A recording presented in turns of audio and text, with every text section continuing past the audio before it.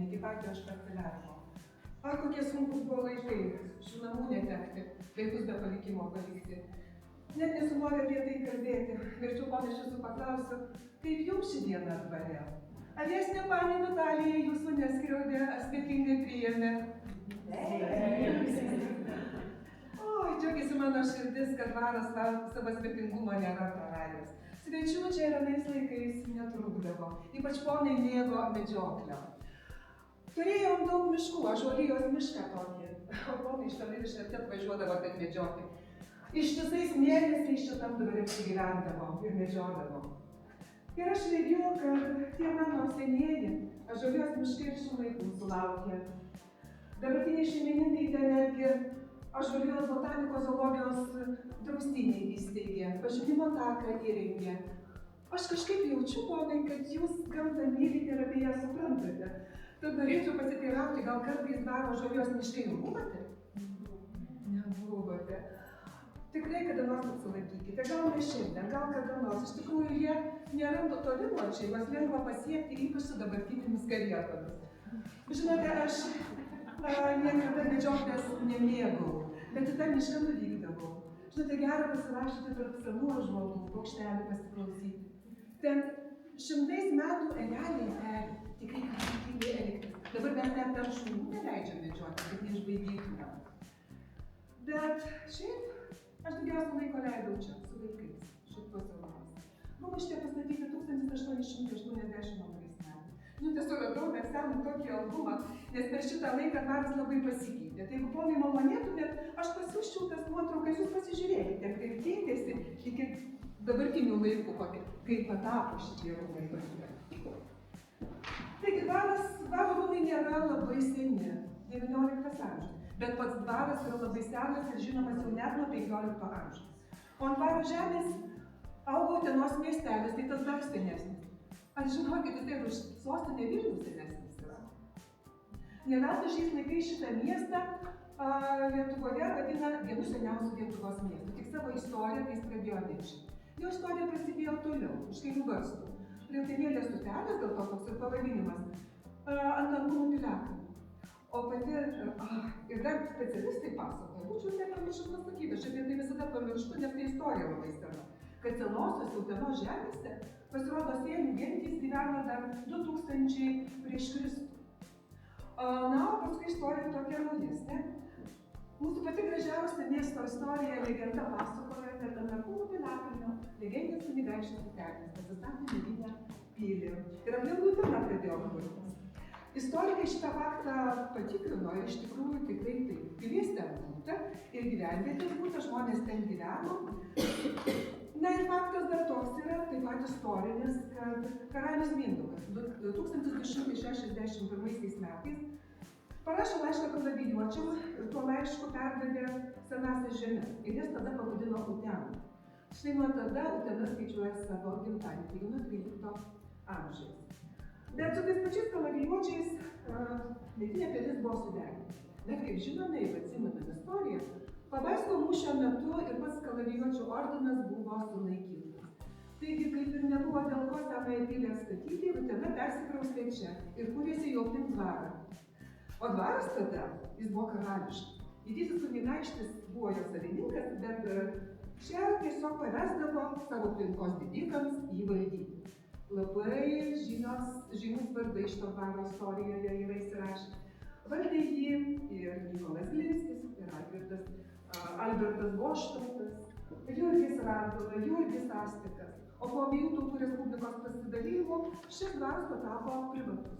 Ir jis įgijo pati galingiausia, pati garsiausia šio krašto valdovų giminė Strudinskiai. Ir žinote, valdė jie šitą dvarą iki 1831 metų. Šiaip įdomu giminė tokia labai. Paskui šitą dvarą perdavė Pilsudskiam ir Bilevičiam, bet visos šitos giminės tarpusavy buvo smarkiai susijusios. Ir giminystės ryšiais, ir santuokos ryšiais, visi ten vieni su kitais mainės. Ir vienu metu, kas yra tikrai įdomu, kad šito dvaro šeimininkė tapo jaunutė mergina, 13 metų. Tokia Marija Bilevičiūtė. Dabar gal jūs ir nesuprantate, bet tuoj pasakysiu, kas yra šita Marija Bilevičiūtė, tiksliau, kas ji buvo. Ištekėjo ji už Józefo Vincento Pilsudskio ir tapo žinoma maršalo Pilsudskio motina. Šitas dvaras jai buvo tiesiog kaip būsimas kraitis. Nežinau, ar būtent šitas kraitis padėjo jai iš Pilsudskio ištekėti, o gal ir ne, bet istorijos šaltinės yra, kad iš šito 4 nors tuo metu vardė. Tai, žodžiu, buvo tokia tikrai nuotaka verta dėmesio. O Pilsudskio giminė šitas dvaras daugiausiai vienu didesniu moterimi yra susijęs. Aš taip moteriškai pasakoju, viską kaip kalbėtėlė. Ir turiu galvoje Panelės Khodakauskaitės. Viena iš jų, kaip žinia, vėliau ištekėjo už pirmojo mūsų prezidento Antano Smetonos ir tapo Smetoniniu. O kita Jadvyga ištekėjo už tarpukario premjero Tūbelio. Bet reikia pasakyti, kad šitos ponios buvo ne tik tai žymių vyrų žmonos, jos ir pačios buvo labai aktyvios visuomenės veikėjos. Taigi galime imti iš jų pavyzdį, kad ne tik už vyrų darbą glaustis. Aš netekau Aleksandrai, supratau, kad turiu pati savo viską valdyti. Tik reikia pasakyti, kad šitos dvi ponios tai niekada šitam dvarai negyveno, turėjo nevaldyti, tiesiog jos buvo tokio Ildefonso, Krudinskio, kuris buvo vienas pirmų šito dvaro savininkų, labai žymus visuomenės veikėjas, generolas, jo buvo, tai paskaičiuosiu, provardinis. Štai tokia. Štai toks tai ryšys. Na, šiaip reikia ką pasakyti, kad šitos visos 3 giminės, ir Stratinskiai, ir Bilevičiai, ir Pilsudskiai, išaugino tikrai ne vieną žymią asmenybę ir tuo tikrai prisidėjo prie Lietuvos istorijos, bet ir tik ne prie Lietuvos. Visiškai nemokėjo šito dvaro valdyti. Ir jie taip baisiai nugyveno, praskolino, paskui dar jo ir neteko. Yra žinoma, kad vienas iš Pilsudskių, jau pats net nebenorėjo šito dvaro valdyti, tai pavedė savo žemę. Buvo čia toksai baronas, ištekėdasi savo dukrą iš to barono. Vokiečių kilmės baronas Michailas Vincentas Fontenas Krauzė, jeigu teisingai atsimenu visą jo ilgą vardą. Pavedė jam valdyti ir pristatė. Na, daryk kaip nori, bet šitam dvare, kad būtų tvarka ir kad jisai pagaliau pajamas neštų. Labai jisai paklausė savo uošvio. Uolus toks ženklas buvo. Ir įvedė čia tokią sunkią baudžiavą. Ir taip engė savo baudžiauninkus, baisios, griežtos buvo ir fizinės bausmės, kad žmonės nebeišpėjo. Ir apie jį tai šitas ir iš šių laikų ir legendos, ir dainos liūdnos sukurtos. Bet 1856 metais žmonės nebeišpėjo ir sukėjo. Bet to Krauzės būta tokio bjaurybės, kad net žandarai jam nepadėjo maišto pamaišinti. Maždaug jau ten kažkaip tai patys įsiaiškino. Na, kas žinoma, pamaištavo baudžiauninkai, o ką darys, baudžiava dar nebuvo panaikinta. Taigi, na, gavo dar matyt reikščių, na, ir vėl visais senatas vėžys. Bet sulaukė žmonės, kada 1860 metais Utenoje lankėsi caras Aleksandras II. Tai tik pagalvokit, kiek žmonėms buvo sunku gyventi, kad jie surado būdą, kaip tiesiai carui į rankas skundą paduoti. Ir caras šitą skundą gavo. Ir paskui dar paaiškėjo, na tikrai tas Krauzė buvo ypatingas žmogus. Ne tik dvariškis stengė, baudžiauninkas stengė, su žandarais nesutarė, pasirodo ir su caro valdininkais nesutarė. Žodžiu, carui trūko kantrybė. Nusibodo jam visi skundai dėl šito Krauzės ir išleido jis įstatymą, pagal kurį baronas Krauzė buvo visiškai pamirštas panašytas. Jam buvo puštas net kojai Sankt Peterburge, iš jo į dvarą. Ir taip šitas dvaras pateko į Vilkmergės bajorijos globą. Štai tada mano Aleksandras, jis nuo tų kraštų, Klaipėdiškių dvarės, kai buvo kilęs šitą tokį Lietuvos. Ir susidomėjo šitos dvaru. Vėlgi reikia pasakyti. Tuo metu ne tik dvaras buvo visiškai nugyventas. Čia nebuvo tokių rūmų. Tai buvo mediniai nugyventi sulūžę pastatėliai, langai ten ant vyrių kabėjo, kažkur aprašymai dar yra, žodžiu baisu. Bet ir pats Utenos miestelis, kuris ten dvaro žemė, jis taip pat buvo mažutis, ne 1000 žmonių čia negyveno. Ne 300 namų nebuvo, o ir tie namai kokie nebuvo. Nei vieno mūrinio pastato, visur medinukas, gatvelės siauros, kreivos, šleivos. Miestelis buvo nykus, pilkas, nežinomas, bet įsikūręs labai geroje vietoje. Atsiminkime, 1835 metais buvo nutiestas pats moderniausias visoje Europoje kelias. Arti pašto kelias Sankt Peterburgas Varšuva. Ir atsitiktų man taip, kad Utena atsirado pačiame šito kelio vidury. Ir čia buvo pastatyta viena pačių svarbiausių karo pašto stočių. Žodžiu, per šitą modernų kelią sruvo naujienos ir naujovės. Keliavo žmonės, didikai, nes atsivėrė keliai iš Rusijos imperijos važiuoti į vakarų Europą, ten poilsiauti, na žodžiu, visos mados ir kas tik beįmanoma. Pakelės miesteliai prabudo ir pradėjo augti ir maži, ir dideli. O versliems žmonėms ir galvotiems atsirado naujos galimybės turtus įsitraukti. Mano Aleksandras jau 1860 metais buvo kelias pašto stotis išsinuomamas. Gana sėkmingai ten veiklą visą vykdė ir kapitalas susitraukė. O kadangi buvo labai žvalgus, nusižiūrėjo Putinas suprato, kad čia gali būti sėkmingas. Ir su broliu Juozapu nusipirko ir dvarą, ir su visom žemėm, su visais miškais, ir patį miestelį. O mano mylimas Aleksandras pažadėjo: Nieko Teodoro, pastatysiu tau gražius rūmus. Tokius gražius, kaip tavo šita šilta suknelė, vyno spalvos ir su baltais papuošimais. Ir pastatė 1880 metais pastatė šitos raudonkyčius rūmus su baltais naujojo baroko papuošimais, su baltomis kolonomis, su portiku, su terasėle, aplinkui apsodino sodą, kur mes su vaikais galėtume pasivaikščioti, rožyną. Aš labai mėgstu rožės pasivaikščioti. Žinote, mano Aleksandras buvo gerokai už mane vyresnis, 29 metais. Aš jam antroji žmona buvau. Jūs įsivaizduojate, kaip jis mane lepino. Ir mane ir mūsų 4 vaikus. Tik labai gaila, kad tais pačiais 82 metais susirgo mano Aleksandras ir pasimirė 67 metais. Ir atgulė kapinaitėse už Utenos bažnyčios. Tai tiek prisiminimų liūdna man. Aš labai norėčiau pasiblaškyti ir kaip kadais pasivaikščioti kelerių nuo dvaro iki bažnyčios. Mėly ponai, gal jūs kartu su manimi nusirašotumėte ir man drauge palaikyti? Ačiū, mėlyje.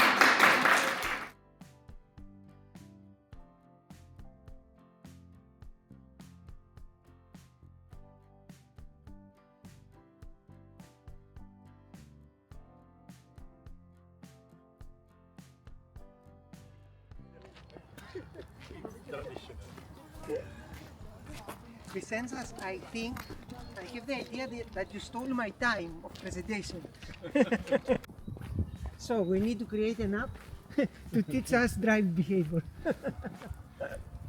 No, something that prior was considered only for computer science students or professionals.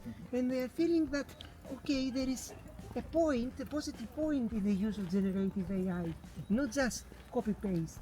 Yeah, not only.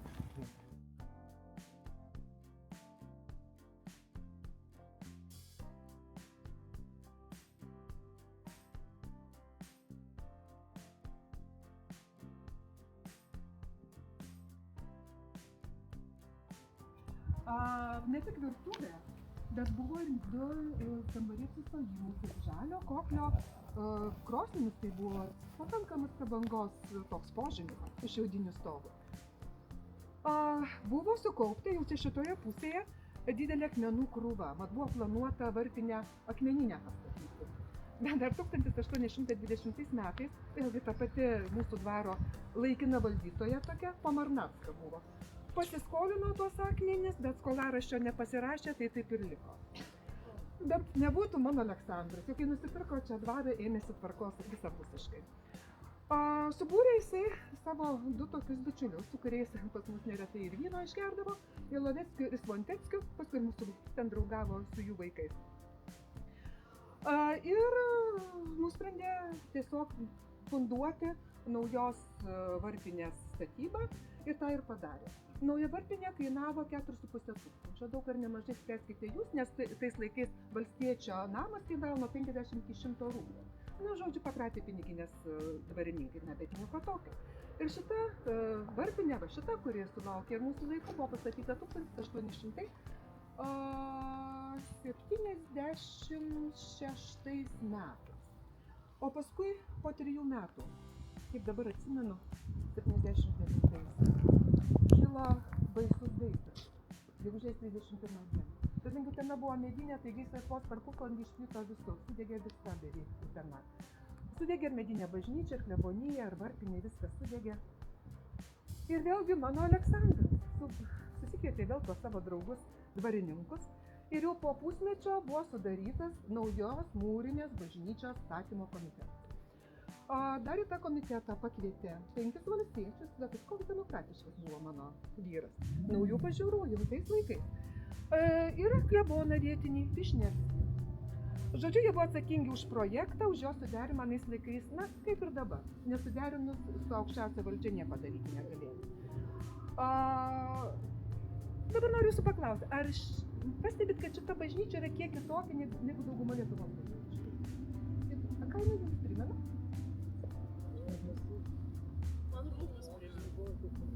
O cerkvės jums primena? Yra. O taigi ne veltui. Tuo metu caras leido statyti tik tai tokio pobūdžio maldos namus. Ir pasamdė labai rimtą, patikimą architektą, tokį Silvijų Lukoševičių, profesorių, kuris turėjo rimtą karjerą Sankt Peterburge, ten jau ir gyveno. Tik tai nevertino tokį. Lukoševičius tai buvo kilęs nuo mūsų kraštų, iš Noriškio dvarelio, čia visai netoli. Tai kažkaip netikėtai po truputuką, tas statinys įgavo katalikų bažnyčios bruožus. Na, toksai kur kas daugiau negu kad buvo leista. Bet žinot, maldos namų net caro administracija neleido nugriauti. Na, jau čia būtų buvę per daug.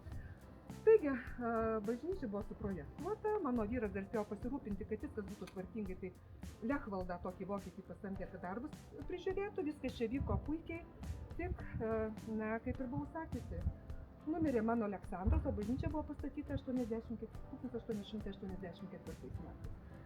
Jai buvo suteiktas, pašventintas ar suteiktas vardas Kristaus žengimo į dangų bažnyčia, o su vidaus darbais užtruko. 1901 metais buvo žinoma, kad ką tik tai įrengtas didysis altorius ir ruošiamasi mūrinės klebonijos statybai, jinai ir pastatyta, paskui jūs pamatysite, prie jos ir svirnas, dabar tenai šarvojimo salės, bet visą tai yra išlikę.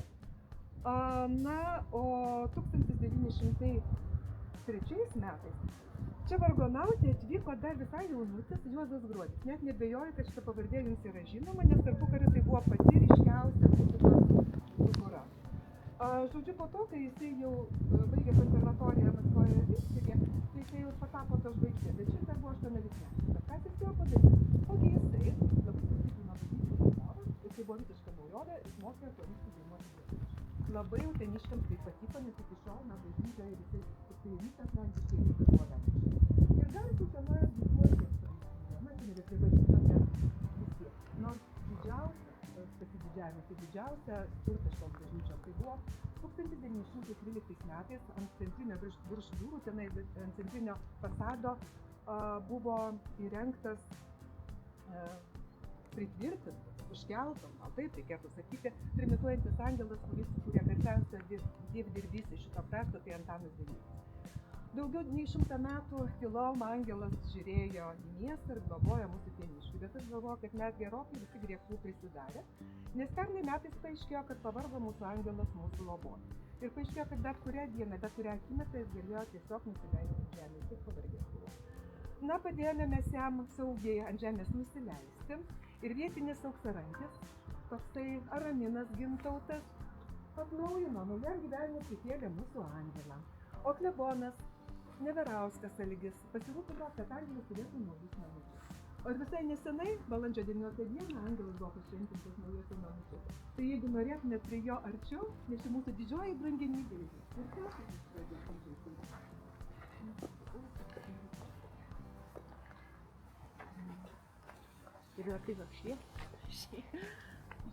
Jis gudrus, jisai pamatė, kad mes prieinam ir saulė prisišaukė, kad būtų gražiai atrodo.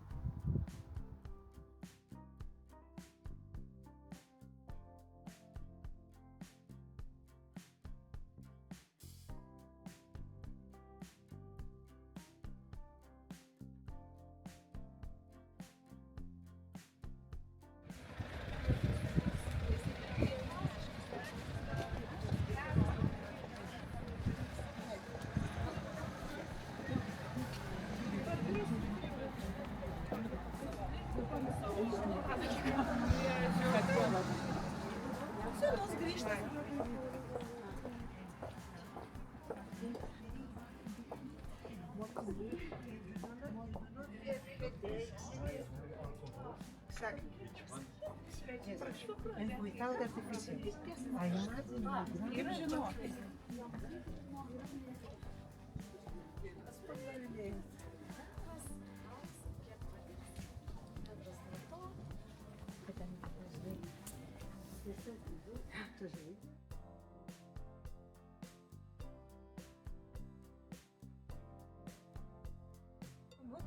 Įdomi tuo, jos skulptūros pavadinimas yra turistas, bet įdomu yra tai, kad tai turbūt nepakartojamas atvejis, kada atsiranda mieste naujas dalykas ir jis tai absoliučiai visiems patinka. Niekas nesakė, kad jis negražus, ne vietoje, neskoningas, kodėl jo reikia. Visiems viskas patiko, o kam nepatiko, tas buvo tylus ir niekur to nepaskelbė, nei socialiniuose tinkluose, žodžiu, nebuvo čia jokio triukšmo. Na ir mes pagalvojom, jeigu jau tas mūsų bronzinis vyrukas, amžinasis turistas, patikslinu jo pavadinimą. Ir mes pagalvojom, kad jeigu tas bronzinis vyrukas toks populiarus, tai gal jam vardo reikia. Na kaip dabar vyras, populiarus vyras be vardo. Taip ir padarėme, paskelbėme akciją. Ir prašėme visų, kas tik tai nori siūlyti vardų variantus. Bet jau reikėjo, kad sugalvoti ne tai, kad Petras Antanas, bet taigi čia Utenos turizmas. Pririnkom visą sąrašą vardų, o tada paprašėm balsuoti. Žinote, nelabai mėgstu visuotinėse akcijose dalyvauti, bet šį kartą kažkaip tai pagalvojau, kad aš turiu jam vardą. Ir visiškai nesitikėjau, bet mano vardas laimėjo. Taigi, jis turi tėtį, mamą ir krikštamotę, tai yra mane. Žodžiu, jo vardas yra Utėjus. Būkite pažįstami, bronzinis vyrukas Utėjus. Na va, ir aš į savo pareigas žiūriu labai atsakingai. Per kokias šventes, nelygų kokią šventę, jį papuošiu, tai tautinė juostelė, tai kokiu kalėdiniu šalikėliu. Nes, tai dalykas yra rimtas rūpintis savo krikštasūnį. Ir kadangi jis yra amžinasis turistas ir atstovauja keliautojams, tai matosi, viską turi, ko reikia keliautojų. Ir pačiūžas, ir lazdas, ir laukimo reikmės, žodžiu, jis turi viską, kad tik tai keliautų. Ir turi, žinoma, binoklį, koks tai turistas be binoklio. Ir jis ne bet koks yra stebuklingas. Vai pamatytumėt, kad čia yra akelė. Jau gerokai ir patrankų žiūriu, kaip kokiam rimtam turizmo mieste. Žodžiu, jeigu kažkas turite svajonę, norite kažkur nukeliauti, tai turite patrinti tą akutę ir žinokit, jūsų šansai ten nukeliauti gerokai padidėja.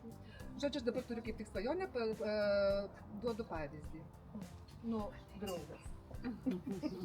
Žodžiu, kas norėtų, net paprašykite. Tikrai, čia žinokit, visi tai daro. Sako, veikia. Kai kitą kartą susitiksime, pasakysite.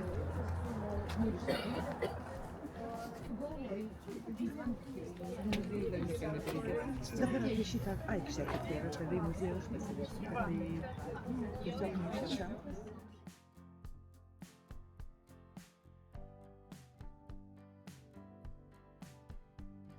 Tai daugiau apie senovę nekalbėsime, bet kaip žadėjau, dar vienas stebuklingas dalykas. Šita aikštė yra pavadinta legendinio kunigaikščio Utenio vardu. Ir žinote, noriu pakviesti jūs prisiminti baisiuosius pandemijos laikus, kada visi bijojom, nežinojom, kuo čia baigsis, negalėjom išeiti iš namų, buvo neramu, baisu, gal čia pasaulio pabaiga. Ir tada paaiškėjo, kad mūsų legendinis kunigaikštis rūpinasi, stebi kaip tas angelas nuo viršaus, taip ir mūsų kunigaikštis mumis rūpinasi. Ir vieną 20 metų dieną mes tiesiog pamatėme šitą aikštėje naują dalyką. Paaiškėjo, kad mūsų legendinis kunigaikštis atjojo čia su savo žirgu. Žirgas matyt treptelėjo smarkiai savo koją taip, kad net pasaga čia liko. Ir atsirado užrašas Laimė sostinė arba sostinė laimė. Tai reiškia, kad mano sijoną jūs ir nematote. Tai reiškia, kad mūsų legendinis kunigaikštis, mūsų globėjas, neturi abejonių, kas yra Aukštaitijos sostinė, Utena ar Panevėžys. Mes dar patys kartais dėl to pasiginčiame, mūsų kunigaikščiai tai viskas buvo aišku. Ir kad žmonės čia laimingi ir turi būti laimingi visada, nesvarbu kokie laikai keičiasi, kad jis mus globoja ir globos. Taigi, ir ką mes tada dar pamatėme? Kad jeigu kažko labai nori, trepteli koją ant tos pasagos ir norai išsipildo. Ką aš jums dabar siūlau padaryti, jeigu turite svajonę, bet tik tai labai atidžiai įsivertinti, ar tikrai nors kad ta svajonė išsipildytų, nes visai gyvenime atsitinka. Tada ateikit, treptelkite ant tos pasagos ir tikėkite, kad išsipildytų. Žodžiu, aš jau matau, mano kolegos ten labai laukia prie to pastato. Tai leiskite Teodorai grįžti pas savo vyrą ir pas savo vaikus į 19 amžių, o man leiskite sugrįžti į 21 amžių. Šiaip tai, kai nebūnu 19 amžiui, tai esu Utenos rajono savivaldybės administracijos kultūros skyriaus vedėja ir mano vardas Jūratė. Ačiū, mėlyjeju. Labai tikrai tikiuosi, kad dar kartą susitiksime. Pani Vitalija, na prašau dar kartą su šitais ponais manęs tavęs. Tikrai taip, tikrai taip. Sėdėjom, brangieji.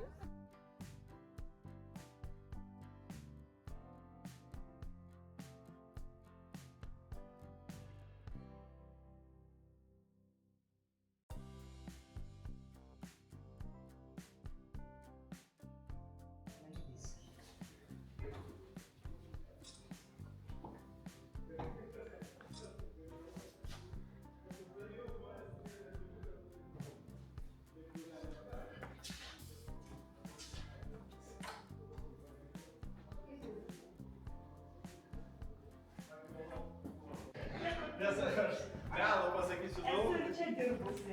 Va. Aš Lietuvos muziejui, bet kai atvažiavau į Uteną dirbti. Bet jis labai pasikeitė, tai Audriau jau jūs Taip, dabar aš karaliauja. žmogus esu, tai pasitengsiu pristatyti tą Uteną. Utena, gal pabandysiu pašokiruoti šiek tiek. Utena įkurta ant melo. Ja valdė vienu metu išdavikas, žudikas ir Utena gyvena depresuoti žmonės. Tyla klasė, kodėl? Turime geologą, man atrodo, dėl depresijos. Turim, ar ne? Turim geologą dėl depresijos. O ar turite čia geologą? Turim, tai aš ir sakau, turim Tai geologą. kas yra glacijo depresija? Puiku. Utena yra suformuota ledyno dubury tokiam, ar ne? Teisingai dabar, bet gerai irgi ne uteniškai, bet neleisiu meluoti. Tai Utena išskobta ledo guolio, teisingai. Ir dėl to, kai tik važiuojat, sunku tai pastebėti, bet iš visų pusių, kur važiuotumėte, tai Utena, jūs visą laiką žemėja. Nes aš pats vyksiu nuo Kuktiškių pusės, ten būna koks 180 metrų virš jūros lygio, mes atvažiuojam čia 130-150 metrų virš jūros lygio. Iš kitos pusės lygiai taip pat, Dėl to Utena, toks dubrys 10 km kažkur 15, jis yra ledynas formuota. Ir buvo labai juokinga man tai sužinoti, ypač kai šūkis buvo Utenos. Utena laimingų žmonių miestas. Gyvena depresija. Tas yra reglacijo depresija, ledynas reglacijo, tai depresija, aišku, spaudimas spūdis. Tai ne psichologinis terminas, kaip aš bandžiau šiek tiek paintriguoti. O toliau, aišku, įkūrimų metai 1261. Jūs tų metų neatsiminsit, aš jums nesakysiu, bet 1261. Tai yra sielos dovanojimo aktas, taip, Mindaugai. Ir manoma, galbūt vienareikšmė nuomonė yra, kad tai yra suklastotas, kaip kryžiuočių, tai yra ordino aktas ir ką tai rodo? Tai rodo, kad suklastotas pavadinimas, teisingai? Irgi neteisingai, nes negalėjo klastoti jokio dokumento nežinodami, kad yra tokia vietovė. Vadinasi, vietovė Utena, Uten įvairiai rašydavo kronikose, yra tas pavadinimas Utena ir jau mes tą įkūrimo metai 1261 jau traktuojame kaip Utenos gimtadienį ir švenčiam nuo tos datos, nes tos datos svarbios.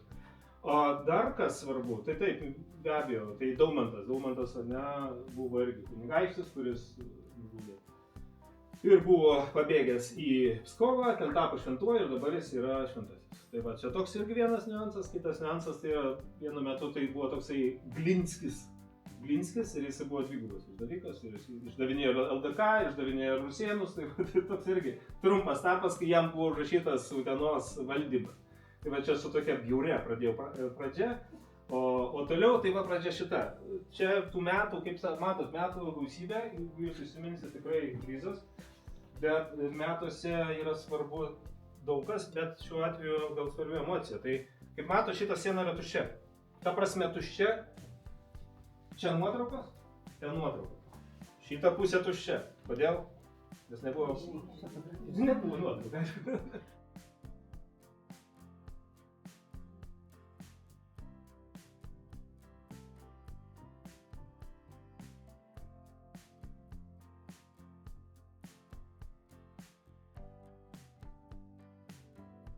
Muziejus yra šiek tiek gyvesnis kažkoks objektas, kad nėra kaip pavežionį, nejaus muziejui nieko nedaryt. Taip mes stengiamės gal kažkaip per tokią gyvastį įnešti tokį supratimą, kad muziejus gali būti gyvesnis negu kad yra už stiklo.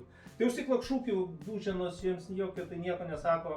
įvairios iš įvairių laikotarpių, iš įvairių vietų, bet jokių fotografijų neturim, nes yra tas gudus laikas, sakykime, kai mes viską turim tik iš archeologinių radimų. Archeologai viskas šnekam apie tai, kas yra iš žemės ištraukta, žmogaus veiklos pėdsakų, ne paleontologija, archeologija. Ne? Ir aišku, ta pati raida miesto iš principo labai kažko panašiai į visą kitą Lietuvos miestų raidą. Tai skaitom. Karo prievolė bažnyčia, pirmas dvaras, Valakų reforma, kuri šiaip pakeitė labai kraštovaizdį. Mes dabar važinėjom dabartiniais keliais, matom dabartinius objektus, bet Valakų reforma smarkiai pakeitė patį kraštovaizdį. Ne tik ekonominė, socialinė struktūra, bet patį kraštovaizdį. Turgus, prekybos, pirma mokykla ir tada daug liepsnelių. Liepsnelė, kas tai yra? Karai. Karas, baras, maras ir visos šitos nelaimės, kurios šiuo atveju Švedijos ir Rusijos LDK karas, Šiaurės karas. Šitas laikotarpis Utena yra niūra, visiškai niūra. Visiška, nežinau, bakūžė ant bakūžė, žodžiu, net ne miestas. Jeigu kiti miestai kažkokie, kaip Merkinė, pavyzdžiui, šiandien buvo iš Merkinės muziejus atvažiavę žmonės, tai jau buvo miesto, jau privilegijos ten karaliai ten gimė ir mirė. Tai šiuo atveju Utena neturėjo tokio, ir jeigu nesėkmingas vėliau vystimasis prekybinių kelių, tai nežinia, ko dar čia būtų pasibaigę. Nes savo laiku buvo Užpaliai, pavyzdžiui, miestelis, dabar miestelis. Tuo metu Užpaliai galbūt buvo kažko lygusi Utenai. Nes Utenos pradžia kur yra Narkūnų piliakalnyje, mes nusileisim į archeologiją, ten labiau smulkiau kažkaip papasakoti. Na ir va, tai tada keliaujam, aišku, bažnyčia, sudegė bažnyčia, nauja bažnyčia, sudegė bažnyčia, nauja bažnyčia, viskas čia taip pat degė gaisrai. Tai sukilimas, aišku, pirmasis 1831. Ir tada toks atsiranda caro statytinis Petras Virofkinas, kuris šiaip tais, kaip ir rusų kilmės, bet buvo labiau lietuvis negu dauguma lietuvių. Tai jisai tikrai buvo labai patriotiškai,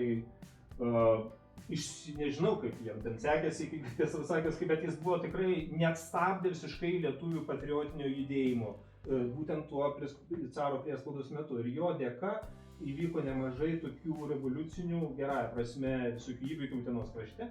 Jis va toks ir jo Marijana Virofkina, tai dailininkė iš Vyžuonėlių dvaro, tai va tokie apsišvietę inteligentai, kurie daug davė kraštui. Tai va toks įdomumas, nes mes kai šnekam, va mūsų protėviai, pavyzdžiui, va mano protėviai, tai tie, kaip pagalvojate, protėviai, tai gali būti iš Smolensko, ne? Ta prasme, arba ten iš dar kažkur. Dar giliau pažiūrėjus, iš viso tie protėviai gali būti atėję iš LDK kažkur iš Padniestrės. Tas mūsų protėviai, tai dabar labai sudėtingas tas terminas.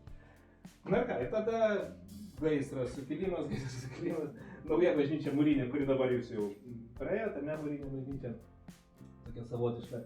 Ir aišku, mes atkeliaujam į revoliuciją Rusijoje, atkeliaujam į pirmą žemėlapį, kuriame jūs matote. Žemėlapis baltas ir viena nedidelė ruda dėmė. Čia daugiau dėmių, ten už nugaros dar daugiau dėmių. Tai labai gerai rodo miestų plėtrą, ne? Mes tiesiog vizualiai galim greit suprasti, kad miestas buvo mažytis, po to staigus sprogimas, dėka visokiausių pramonės dalykų. Tai yra traktas. Visų pirma, traktas Sankt Peterburgas Varšuva. Daug davė miestui, kuris ėjo pro šalį miesto, nors ne per patį miestą, jis ne per centrą, o pro miestą. Ir aišku, vėliau siaurukas yra siauro geležinkelio bėgiai ir kirtantis miestą kitą kryptimį. Tai buvo dvi tokios prekybinės transporto arterijos, kuriomis prekyba viso vyko ir automatiškai atgaivino visą miestą. Tai va, toliau keliaujame. Toliau pirmasis pasaulinis karas. Tai kaip ir aišku, atsiranda iš karto daugybė nuotraukų, ne? Nes vokiečiai mėgo, vokiečių okupacijos metu, vokiečiai mėgo fotografuoti, aišku, visas apylinkės, tai tos apylinkės tokios niūros, ne? Visiškai tokie pasižiūri, gatvės negrysos, purvinos, visokiausiai žirgai, tenais, arkliai ir kas tik nori, toks irgi tam tikras įprastas to laikotarpio miestų vaizdas, nieko labai neišsiskiriantis, nedaug tų gyventojų sąlyginai. Bet jis buvo vis tiek jau planuotas kažkoks tvarkingai, jau ir knygynai, jau ir ligoninės, jau ir visokiausios civilizacinės tokios naudos jau yra.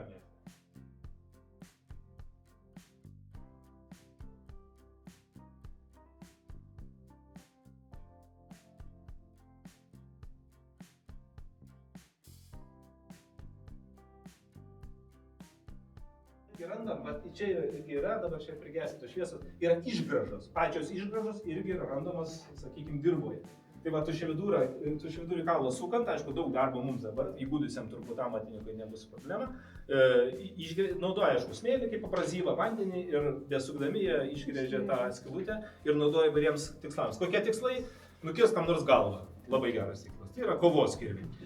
Apdirbti žemę.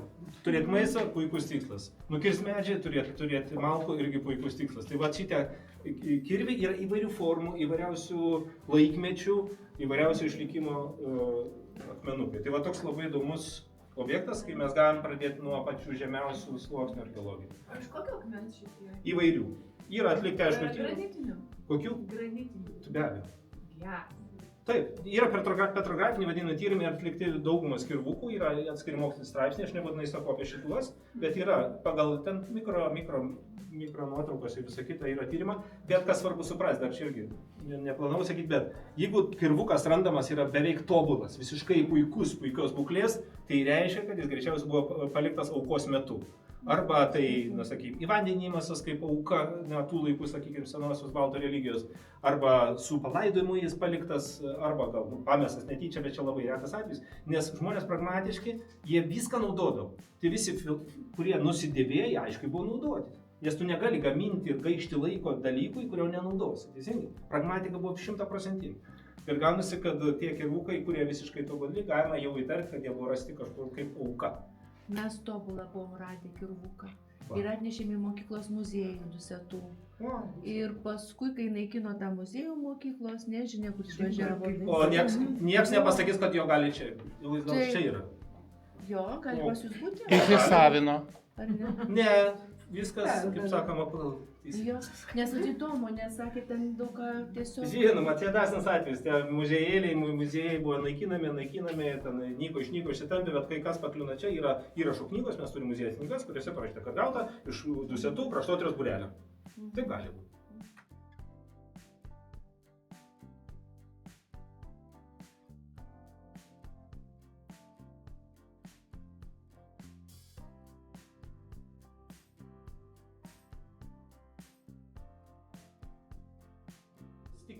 Tarsime, yra stiklas, kur tu palieti ir jis prašviesėja, nu kaip pasakai. Tai va, jeigu, kai tu nelieti, jis užgesta ir tada tų itin jautrių kažkokių asmenų, kurių turbūt yra, nešokiruos. Jeigu tu nori pamatyti, priglaudė tau, atsiranda šitie tikri kaulai, nes teko matyti repliką berods ar ne Rokiškio muziejuje. Nu nesąmonė, suprantat, guli plastikinis tobula, dantis tobulėja, jokių pažeidimų, nu fantastika, pavydu tiesiog, ne, nu kaip taip galėčiau aš numirti, neturėti jokio įranto pojūčio. Gulėčiau ir gulėčiau. Taip, gulėčiau, teisingai. Tai va, taip neturi būti. Turi būti kažkokia, bent jau realybė panaši. Viską darai. Dabar specialistai esat lyčių. Kieno čia? Vyras ar moteris? O kur žiūri? O kur žiūri? Tai mačiau. Bet skautai.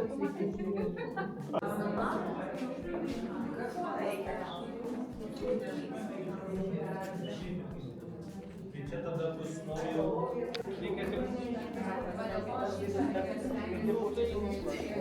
Taip pat, ne, tai mano kabinete stumtose ten daug darbo, bet daug šūkų. Turiu kažkokį nenustebinti.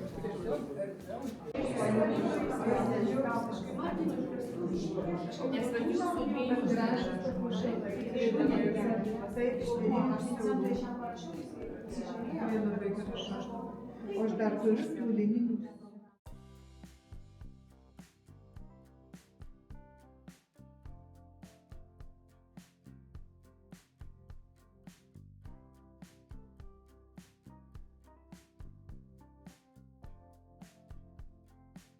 Tikrai šita diena tokia labai sėkminga buvo, sakyčiau.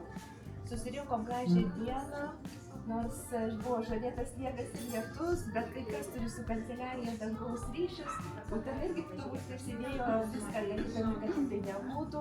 Svečiams oras buvo geras, atskrido laiku, viskas tvarkoj. Na ir susirinko tie, kurie dar tikrai galėjo pasiplanuoti laiką, pabūti visą dieną, nelėkti išvažiuoti, nors vis tiek nors ir epizodinis atvažiavimas ir pabuvimas su visais yra vis tiek gerai. Nes mes jau kai tiek metų čia sukamės tame rate, tai tikrai žinom, žinom, kad kitą kartą tos kelios valandos pamatyti tuos žmonės, su kuriais eini kartu, iš kurių mokaisi kartu, yra labai svarbios. Tai labai ačiū dar kartą Vitalijai ir visai komandai, kurie prisidėjo, sutarė su visom Teodorom ir muziejais. Ir manau, kad tikrai turėjom įdomią popietę pažinti šito krašto kultūrą ir visą tą, ką jie gyvena. Na ir mums visiems, kurie susirinkę, esam galimybę pabendrauti. Aš dažiūriu tą trijulę mūsų visų fizikė, chemikė ir biologija ir retai susitinka. Tai va turėjom progą pabūti drauge, ar ne? Tai ačiū visiems už tą bendrystę ir čia vakarienė ne paskutinė. Ne paskutinė, bet manau, kad bus labai skani ir įkvėps jėgų ar ne rytojaus dienai. Tai ačiū visiems.